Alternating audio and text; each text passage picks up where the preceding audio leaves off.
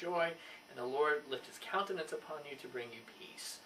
And it is one of the most touching things people tell me, that their children have birthdays, but then as adults, they don't get celebrated or blessed or touched and made known to be special.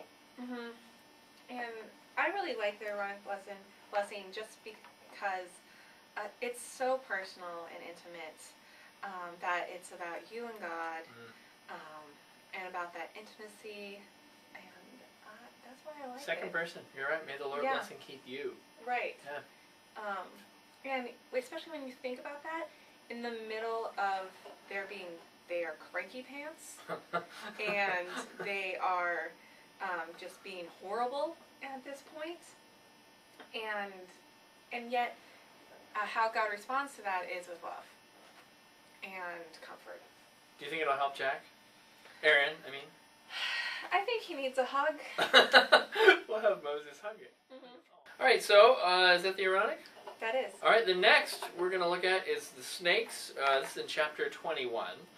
This is one of my favorite texts because when I was a boy, one of the first sermons I ever remember hearing and remembering, my pastor Jim Cawley preached on this text, and the story, Aaron's a little wobbly. The story is the Israelites have been grumbling and grumbling and grumbling, and in a mysterious moment, the text says God sends snakes to bite and strike them down, and it's a very troubling story. We could talk, I think, for a long time about the mystery of evil. The author of Numbers clearly thinks God is doing this. Many people of faith would say, I don't believe God works like that. So we want to put it out there that good people of good faith disagree on how God acts in mysteries like this. But the author of Numbers is saying God is bound up in this moment. And the good news of thinking that way is that even when we're being stricken and hurt, God is still a part of that. And what Moses does is a wonder. Moses lifts up, makes a bronze serpent, an image of a bronze serpent, and lifts it up. And then whoever looks on the serpent shall live, and does so. And what I always take away from this story is those moments in our lives that are painful and not easy. I think what I like to do is to avoid them. Yes. To go back to The Simpsons again, Marge Simpson had a great line for Lisa. When you're troubled and things are hard, take those bad feelings and stuff them down, down, down, until you can walk on them like a clown. My Marge is not as good as my Homer. No, it's not. But we want to avoid, I think, you know? I think so. We don't want to look at these things, and yet we all know the only way through hard things is to face them and to go through. Jesus says in John, you will know the truth, and the truth alone will set you free. And so these snakes, these bronze snakes, lifted up, and this sense of the Israelites looking upon what is causing them pain and grief, and only by staring it in the face can they get forward. So it's a beautiful, troubling story. It is, but there's always hope in the troubling stories. Yes. Yeah, like in life. Third one, Balaam's ass. This is one of the great teenage boy stories. Yes, it is. Because they all get to say, Balaam's ass, and then they laugh. We're going to say donkey, probably. It's more... After you've already said it. I've already said it. Like twice. This is a great story because this is the first time in Scripture that we meet somebody, dun dun dun, we meet Satan. This is interesting. Balak, you got to pronounce that correctly these days. With an L. Balak was the king of Moab, did not like Israel, and so Balak hires Balaam, who's a sorcerer, and says, you go and say mean things to those Israelites and stomp them down. And Balaam gets on his donkey, and he goes down a narrow road, and in front of him is an angel of the Lord, and the angel in Hebrew is Ha-Satan, which is literally the Satan or the adversary. And this angel is in front. The donkey can see it, but Balaam can't.